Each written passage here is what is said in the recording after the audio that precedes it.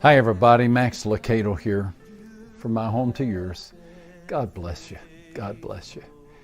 This is the day that the Lord hath made, and we will rejoice and be glad in it. Maybe it's not the day we wanted, maybe it's not the day we designed, but this is the day that the Lord hath made.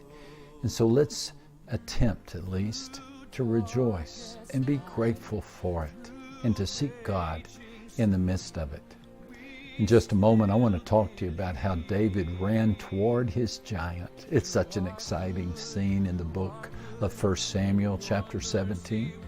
But if that doesn't appeal to you, if you, for whatever reason, have something else to do, I still invite you to post your prayer needs, and we'll do our very best to pray for you and pray with you.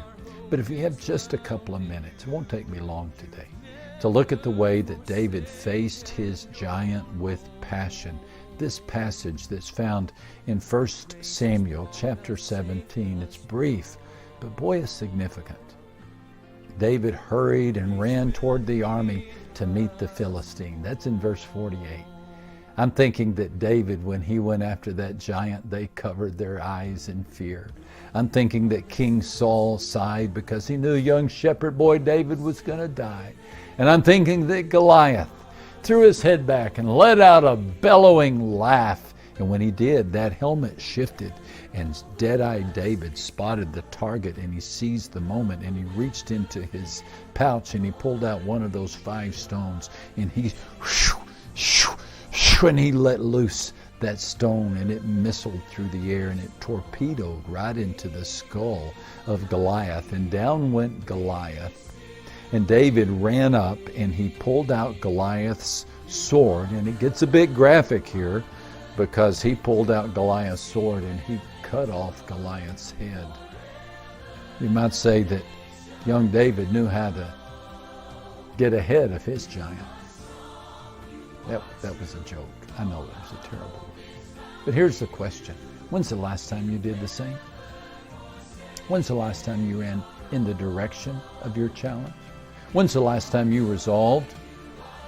When's the last time you took it on face to face? We tend to retreat. We tend to duck. We tend to hide. We tend to anesthetize. We tend to numb ourselves, maybe with alcohol or some type of diversion, or maybe even pornography. And you know, I guess we escape for a moment, but then as soon as we emerge from our hiding, there's the Goliath still waiting on us, booming, bombastic. Why don't you try a different tack? Saturate your mind with God. Saturate your mind with God. And then in faith, run at your giant. Emboldened by unsquashable resolve, just make a declaration. In the name of God, divorce, you're not entering my home. In the name of God, giant of depression, it may take me a lifetime, but you can't have me. Giant of alcohol, bigotry, child abuse, insecurity, you're going to go down. And you load your sling and with a rock of faith, and you take a swing at your giant. How long since you've done that? Too long? Well, then David's your role model. You know, the Bible has God calling David a man after my own heart. What a great thing to say about somebody. God didn't say that about Abraham or Joseph or Moses or Paul or John, but he called David a man after his own heart. You might read the story of David and wonder why. I mean, impressive as he was, he took a lot of falls, right? He stumbled as often as he stood. Now, he did stare down Goliath, but boy, he sure stared at Bathsheba. He defied the mockers in the valley, but he joined them in the wilderness. Some days he was an Eagle Scout, but then other days he was hanging out with the mafia. He could lead armies, but my goodness, he couldn't manage a family. He was raging one minute, weeping one minute, bloodthirsty one minute, God-hungry one minute. He had 8 wives. He had one God. I mean, he's a patchwork. How could he be called a man after God's own heart? Well, I think for all his follies and foibles, he modeled this.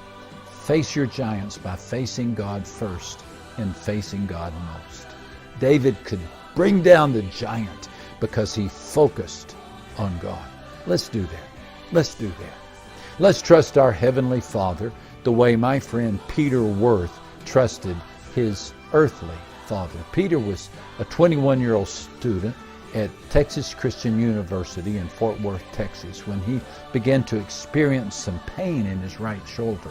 Now, he called his father for advice. Most students would do the same, of course, call home for counsel. But few, if any student, has a better parent to call in such a situation. Peter's father, my good friend Michael, is a world-renowned orthopedic surgeon who specializes in soldiers. Peter calling Dr. Worth with a shoulder problem is like Jennifer Gates calling her father Bill with a computer question. Michael, of course, took the call, and he initially attributed Peter's pain to weightlifting. But after numbness and tingling set in, he grew suspicious of an extremely rare and dangerous situation called deep venous thrombosis. Forgive me if I mispronounced that. A clot was forming in Peter's shoulder, dangerously close to his heart. Michael was not only acquainted with the condition, but he had written a paper on how to treat it. He sent Peter to the ER, told him to request an ultrasound. Turns out Michael's long-distance diagnosis was spot on. It was right on target. Peter was immediately admitted to the hospital where the clot was dissolved, and, well, it's not an exaggeration to say his life was saved. Wouldn't it be great to have such a father? Wouldn't it be great to have an expert? Wouldn't it be great to have an authority? Friend, you do. You do. He has diagnosed every pain in the world, and he has written the book on the treatment. And we can trust him. We can trust him in this time of crisis. Let others panic. We won't. He has told us times will get bad, but in the end, all will be well. And he should know. He wrote the book on human history. You hang in there, friend, and rush and face your giant.